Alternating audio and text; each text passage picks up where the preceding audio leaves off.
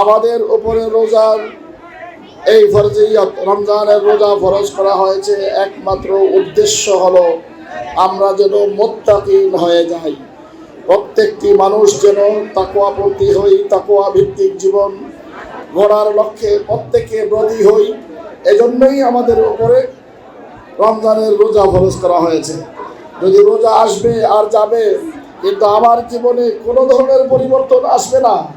রাসূল করিম সাল্লাল্লাহু আলাইহি ওয়াসাল্লাম বলেন, মান সামা রমাদানা ঈমানান ওয়া ইহতিসাবা গুফিরা লাহু মা তাকাদ্দামা মিন যামবি।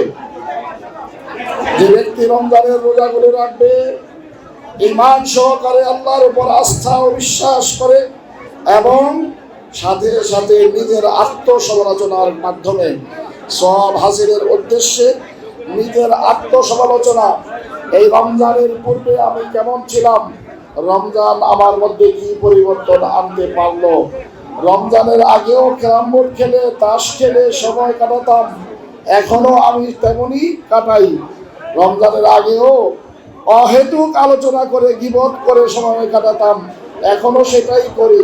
তাহলে আপনার জন্য আমার জন্য এই খুশখবরি না, যারা নাকি নিজের আত্মসমালোচনা করে, নিজেকে নিজে বারবার বিচার করে দেখে, হিসাব নিকাশ করে দেখে যে রমজানের পূর্বে আমার মধ্যে এই বদ অভ্যাসগুলো ছিল, রমজান যেতে যেতে যেন এই বদ অভ্যাসগুলো থেকে আমরা প্রত্যেকেই মুক্ত হয়ে যেতে পারি।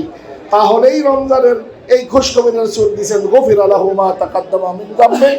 এভাবে যারা রোজা রাখবে তাদের এই পর্যন্ত জীবনে যত গুনাহ করছে সব গুনাহ আল্লাহ মাফ করে দিবেন।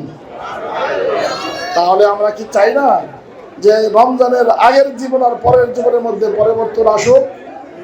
আমাদের ব্যক্তি জীবনে পরিবর্তন আনতে হবে। এই পরিবর্তন আমাদেরকে সামাজিক জীবনেও আনতে হবে।